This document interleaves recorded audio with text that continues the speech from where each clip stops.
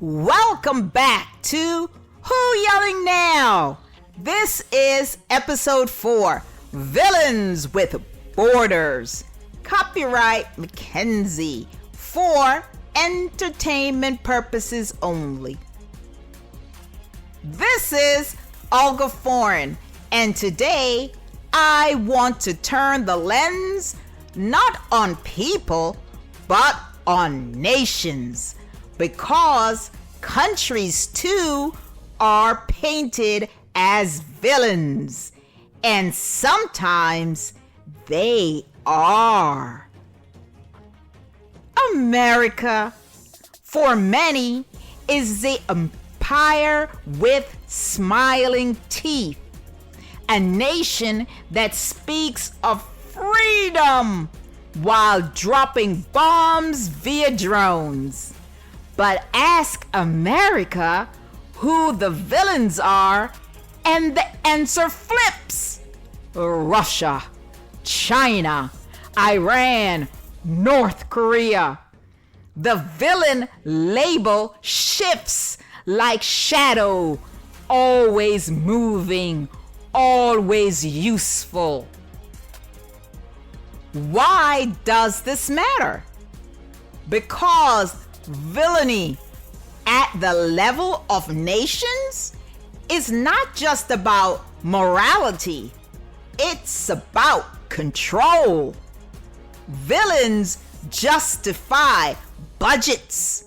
Villains secure loyalty. Villains teach citizens where to aim their fear. And sometimes, the most dangerous thing a country can do is not to fight a villain, but invent one. So, today, we'll ask, what happens when a country becomes a villain? What happens when villainy is manufactured? And why might it benefit those in power to keep the villain alive, even if it's only on paper? Do you agree with your country's villains? Let's step into the storm and see which countries are yelling now. Poem 1. The Empire, the villain scene.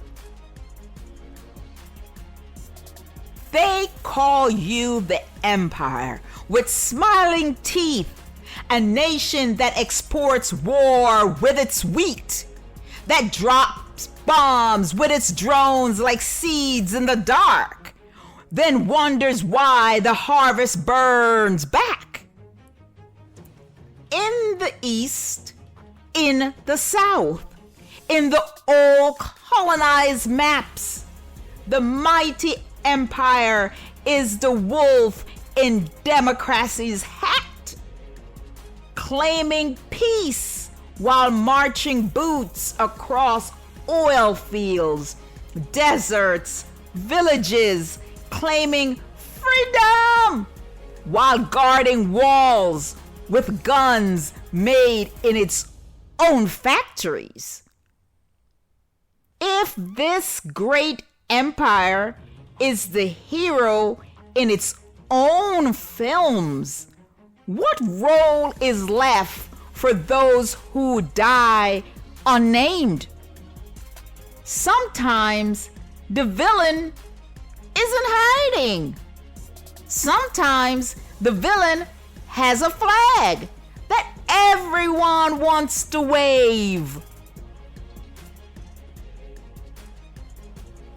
Friends, let's ask America's mirror. But ask America, who is the villain?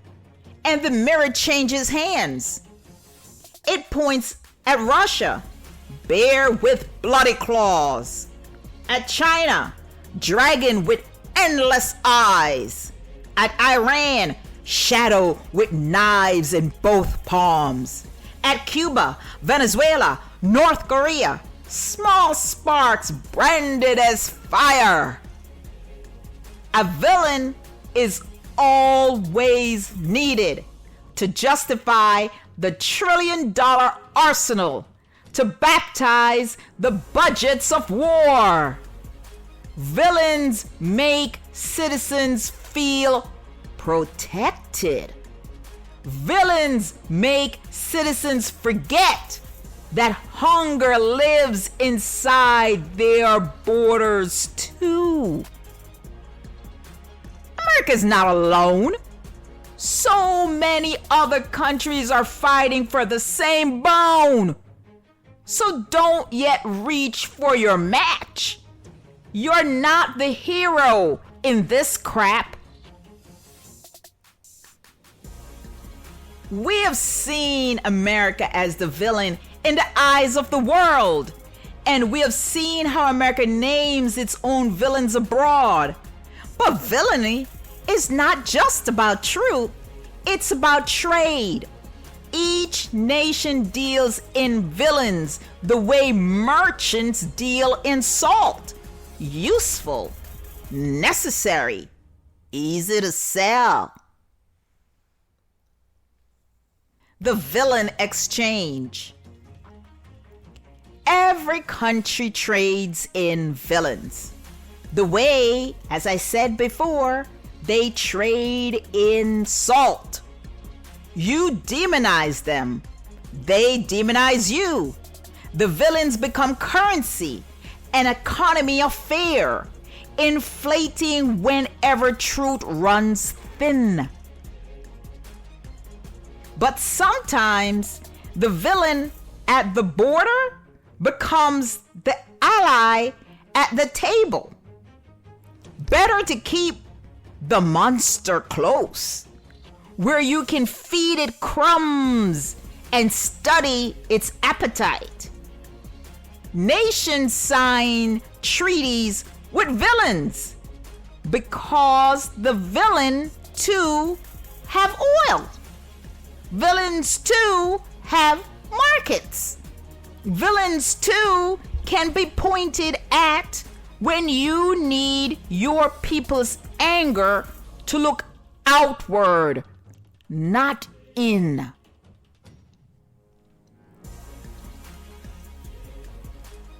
But not every villain stays an enemy. Yesterday's monster can be today's ally. If the price is right, the same hand that point in condemnation can turn to handshake when oil, markets, or strategy demands it. Villains switch masks, and citizens rarely get to choose the script. Poem 5. Manufactured villainy. Sometimes the country isn't a villain at all. Not in actions, not in intent, but it's useful to make it one. Paint their language as a threat, their culture as contagion, their skin, their faith, their history, all drafted into caricature. Because nothing rallies loyalty like the rumor of an enemy.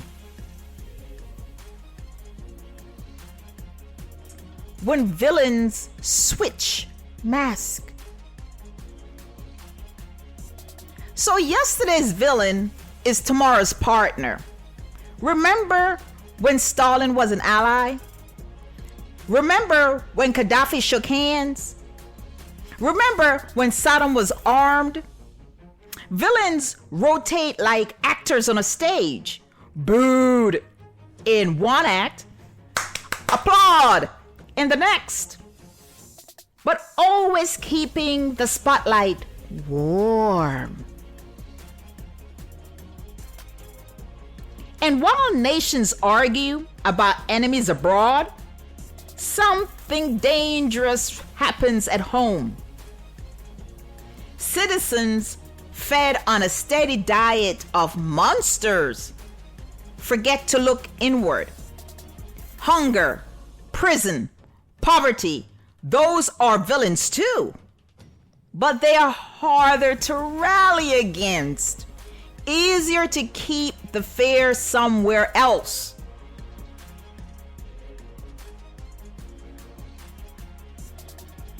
Next poem, Citizens and Their Monsters. What does it do to a citizen's soul to always be fed monsters? To wake up every morning with a new country painted black? It breeds suspicion. It breeds obedience. It makes people forget the monsters inside their own home. The rent that strangles, the health care denied, the prisons filled. As long as the villain lives abroad, the villain at home can keep his suit clean. The benefit of fear. A villainous country is a shield. Leaders hold it high and say, "Without us, they will devour you."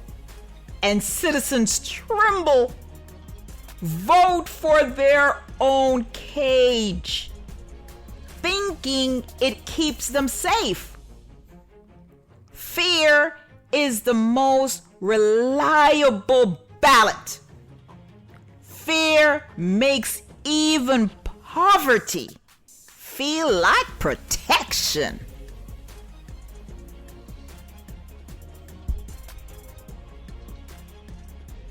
The global villain parade keeps marching. America, China, Russia, Iran, North Korea, Israel, Britain, Saudi Arabia. Every nation with its mask, every nation with its story. But beneath the theater, real people cry out, not for borders, not for power, but for peace.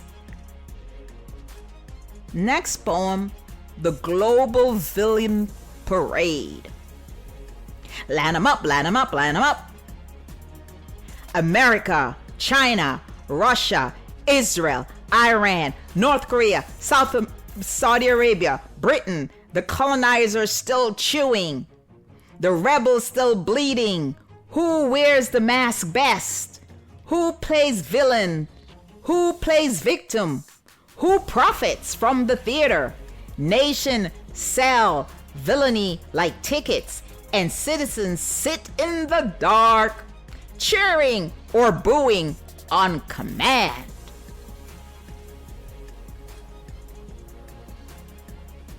So I ask you, friends, family, haters, sinners, who yelling now?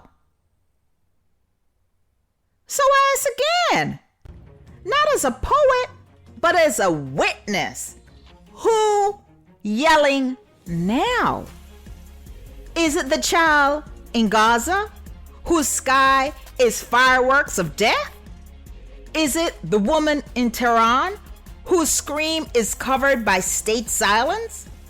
Is it the worker in Detroit yelling at bills he can't pay? Is it the farmer in Sudan watching rain refuse his soil? Villains are everywhere, but villains are made too. And the greatest trick of nations is to convince you the villain is them, so you never see the villain in us. So, who then is the villain? The country that bombs? The country that censors? The country that colonizes? Or the country that stays silent? Maybe villainy is not a flag, but a function, a way for power to survive, while ordinary people are told who to fear. Because villains are useful. Villains rally armies. Villains sell weapons. Villains keep us from seeing the pain inside our own walls. But friends, here's the truth. No nation owns villainy, and no nation escapes it either. Each wears the mask. Each points the finger. Each profits from the shadows.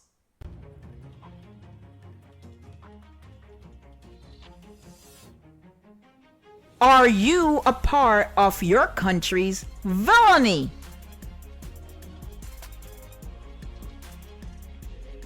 This has been episode 4 of Who Yelling Now?